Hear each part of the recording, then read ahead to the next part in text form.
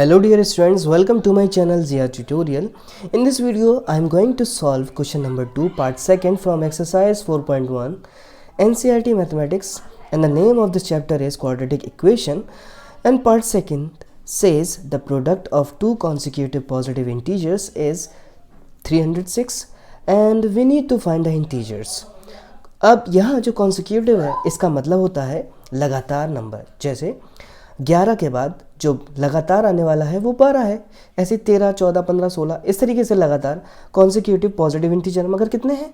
2 हैं। तो अगर मैं यहाँ पे सपोज कर लूँ in solution let first integer be x, तो दूसरा क्या हो जाएगा? Second integer will be integer be, क्योंकि कॉन्सिक्यूटिव है लगातार। तो अगर मान लो x की वैल्यू 10 आती है तो दूसरा 11 होना चाहिए। तो ऐसा कब हो सकता है? जब उसमें एक प्लस किया जाए, तो दूसरा x+1 होना चाहिए। अब ये कहते हैं कि इनका जो प्रोडक्ट है, यानी x प्रोडक्ट मतलब मल्टीप्लिकेशन, और x+1 इन दोनों का जो प्रोडक्ट है वो कितना है? इज मतलब इक्वल टू 306 है। ठीक है। अब यहाँ x इंटू एक्स स्क्वायर हो जाएगा और x 1 से मल्टीप्लाई होगा तो x 1 जा x होता है। जब मैं इसको ट्रांसपोज करूँगा लेफ्ट साइड में तो प्लस से माइनस हो जाएगा, और यहाँ क्यों नहीं बचा?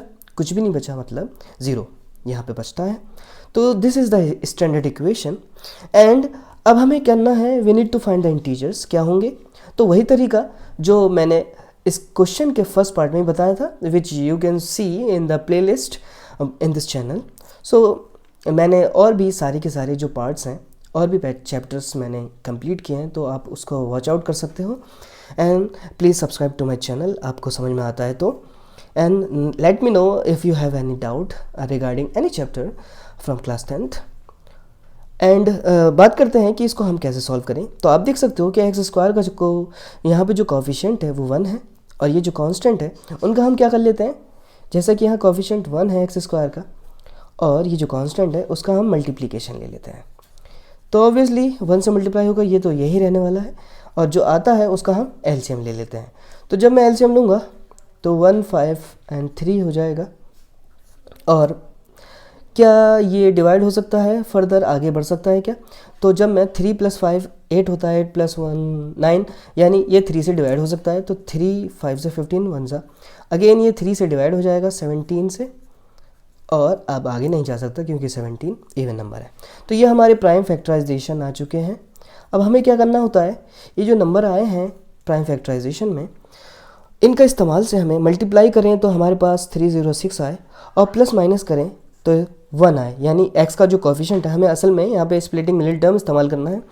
तो इसको जब स्प्लिट करें तो हमारे पास क्या आ जाए? 1 आ जाए, यानी इसका जो कोफिशिएंट है। तो अगर मैं देखूँ इसको, 3 3 ज़ा 9, 9 2 ज़ा 18, और 18 - 17 1 होता है, और 18 × 17 306 होता है। तो यही तो हमें चाहिए था। ठीक है, यानी यहाँ 1 का मतलब है कि यहाँ तो वेरिएबल है, तो अगर मैं x लगा दूँ दोनों में तो x मिल जाएगा। बिल्कुल, मैं x को 18x - 17x लिख सकता हूँ, और यहाँ पे ये एज इट इज़ लिखा जाएगा। तो ये हमें करना होता है स्प्लिटिंग मिडिल टर्म, और किस तरह से करना होता है कि सबसे पहले हम प्रोडक्ट करते हैं, फिर एलसीएम लेते हैं, और वो प्राइम फैक्टराइजेशन नंबर का इस्तेमाल से हम ये कंडीशन अप्लाई करते हैं, और फिर आगे प्रोसीड करते हैं। अब हम क्या करेंगे, इन दोनों में जो कॉमन है, यानी x कॉमन है, तो x को यहाँ पे लिख लेते हैं ब्रैकेट के अंदर, क्योंकि x में स्क्वायर में से x चला जा चुका है, तो यहाँ पे x बचेगा, और 18x का मतलब होता है यहाँ पे 18 ही रिमेनिंग होगा। एंड इन दोनों में आपको याद रखना है, कभी भी दिक्कत वाली कोई बात नहीं है, कोई टेंशन वाली बात नहीं है। तो हमेशा याद रखो कि ये जो नंबर है वो दोबारा यहाँ पे ज़रूर आएगा। अगर ऐसा नहीं है तो इसका मतलब कहीं ना कहीं झोल है, गलती हो सकती है। तो मैंने लिख लिया है।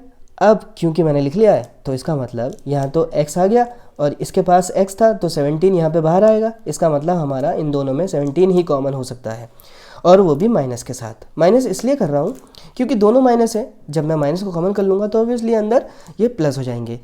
तो आप इसको क्रॉस चेक भी कर सकते हो, जब मैं इसको ओपन मल्टीप्लाई करूँ दोबारा फर्दर तो ये माइनस दोबारा हो जाएगा, क्योंकि प्लस माइनस माइनस और प्लस माइनस माइनस हो जाएगा।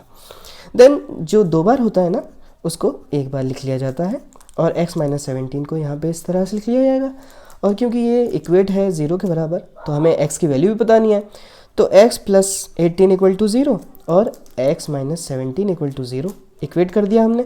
तो जब मैं 18 को इधर ट्रांसपोज करूँगा तो ये माइनस का 18 हो जाएगा, और 17 को इधर ट्रांसपोज करूँगा तो ये प्लस का 17 हो जाएगा, क्योंकि इन्होंने कहा था कि ये जो है ये तो पॉजिटिव इंटीजर है, इसका मतलब ये तो हो ही नहीं सकता। देयरफॉर जो कॉन्सिक्यूटिव इंटीजर होंगे, consecutive integer will B x जो कि 17 माना था, और x प्लस 1 मतलब 17 प्लस 1 इक्वल टू 18। तो ये हमारे पास 17 18 जो है ये कॉन्सिक्यूटिव इंटीजर हैं जिनका प्रोडक्ट हमारे पास 306 था। अगर नहीं भी करो तो क्रॉस चेक में हमारा ये आ रहा है, इसका मतलब हमारा ये जवाब बिल्कुल सही है। आई होप आपको समझ में आया होगा। फिर भी कोई दिक्कत हो तो please let me no in the comment, and thanks for watching my videos.